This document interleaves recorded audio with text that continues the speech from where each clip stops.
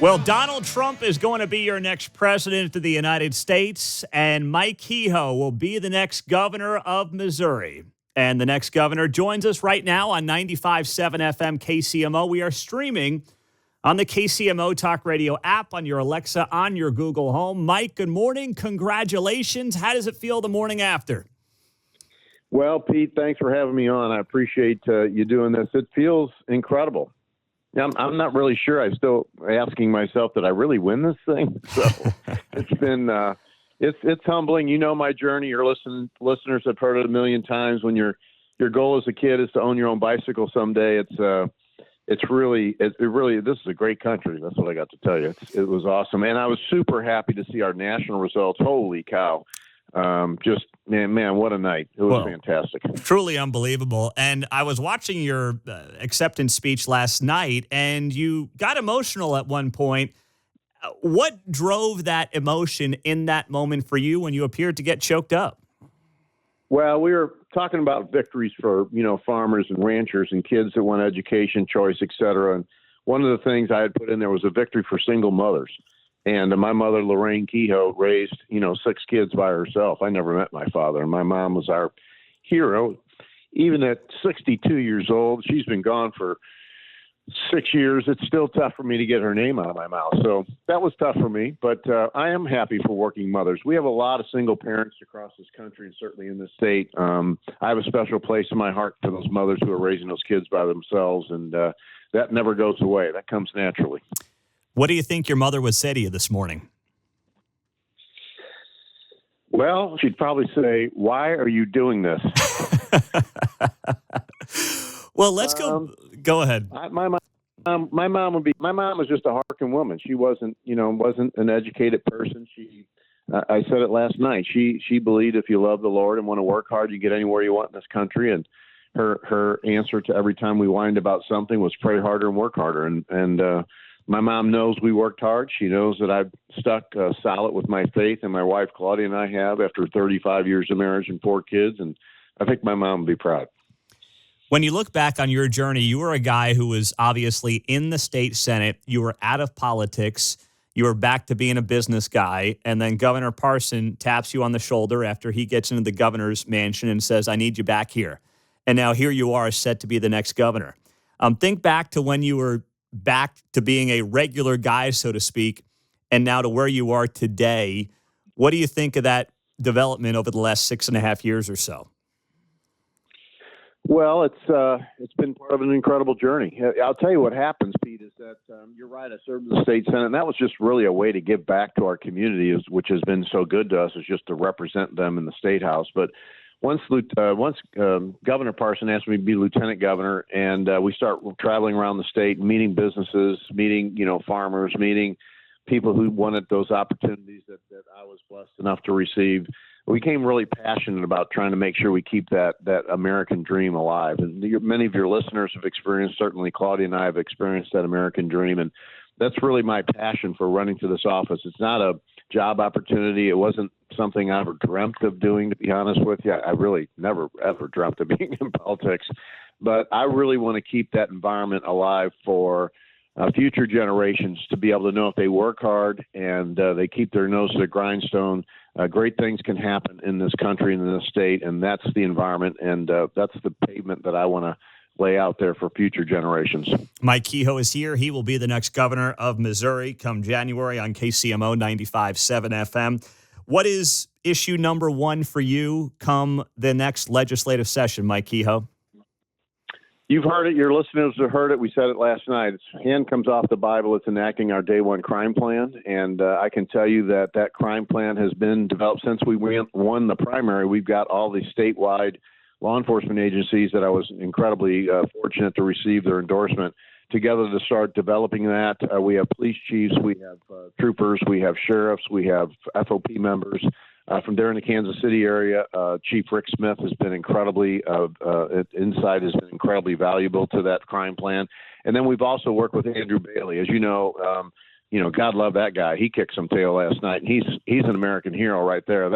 Our Attorney General you won't find any better person in the United States of America. And we're all going to work together to make sure we give cops the resources they need, that we're not defunding the police, that it's easier to be a cop than a criminal, which has somehow gotten mixed up lately in our society.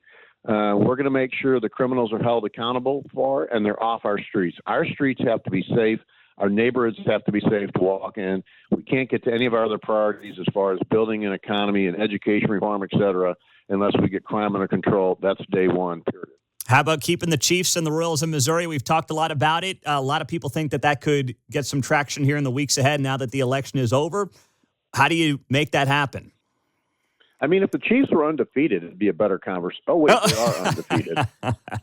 I've said all along, Pete, that you've heard me say this many times. I'm not a fan of dumping taxpayer dollars into stadiums.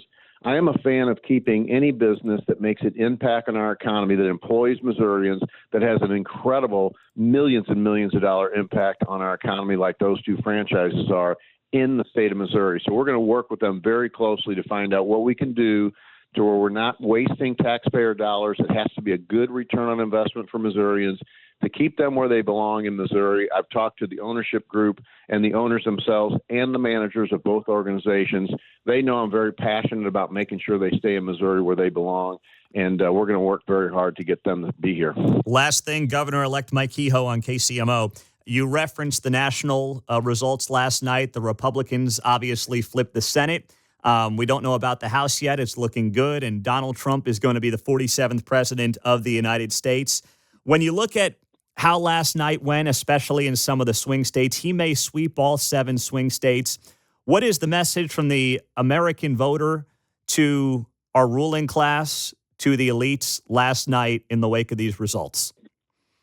It is that we want to be America again.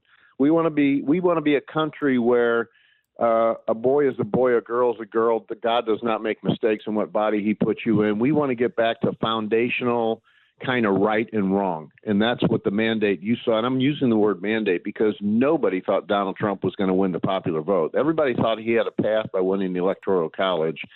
But you really saw Americans come out yesterday all across our country and say the direction we have going is wrong. This woke kind of mentality of craziness that's out there is not the right direction for our country. Our country is better than that. I am so excited to be able to work with President Donald J. Trump. I mean, it is going to be – I was just talking to Senator Hawley right before I called you, and we were kind of laughing with each other like, this is going to actually be fun. You know, sometimes governing and politics can be kind of a quagmire, but with Donald Trump at the helm, Josh Hawley and Eric Schmidt for us here in Missouri, and the rest of our great congressional delegation, we're actually going to make America great and Missouri as best as it can be for our future generations, and we're going to put our fingerprints on it. Well, congratulations, Mike Kehoe. How many texts do you have to sift through? I know you had about 1,000 in August. Do you have a number that high, or maybe not because it was more expected? I'm gonna give you the first number, Pete Mundo. You'll be the first one to hear 1695. 1695. Who do you not know in Missouri? My goodness. Well, they knew I was going to be on with you, and it made me very popular. Well done. Well, congratulations, Mike, once again. You have an outstanding team there as well. You guys got it done, and looking forward to see what you'll do for the people of Missouri starting in January. Thank you for mentioning that. Real quickly, our campaign team did an outstanding job. You've dealt with several of them. My wife and I are blessed to have them by our side, and we have them to thank for this victory. So I appreciate and all the voters that weighed in for us. We are very grateful and appreciate the support. All right, Mike Kehoe, get some rest. All right, we appreciate it. Yep. See you, buddy. There you go. Mike Kehoe, the next governor in Missouri on 95.7 FM, KCMO Talk Radio. 1,695 texts. I would have anxiety just thinking about it. I don't know who's going through those. I get to 1,000 emails in my Gmail and I start freaking out. I know some of you get that way at like 100. 1,000 is the number I try to stay under in my Gmail. 913-408-7957. All right, I want to keep the celebration going with you this morning on KCMO. I do want to note some of the local elections, what happened, winners and losers. We will get to right here on 95.7 FM.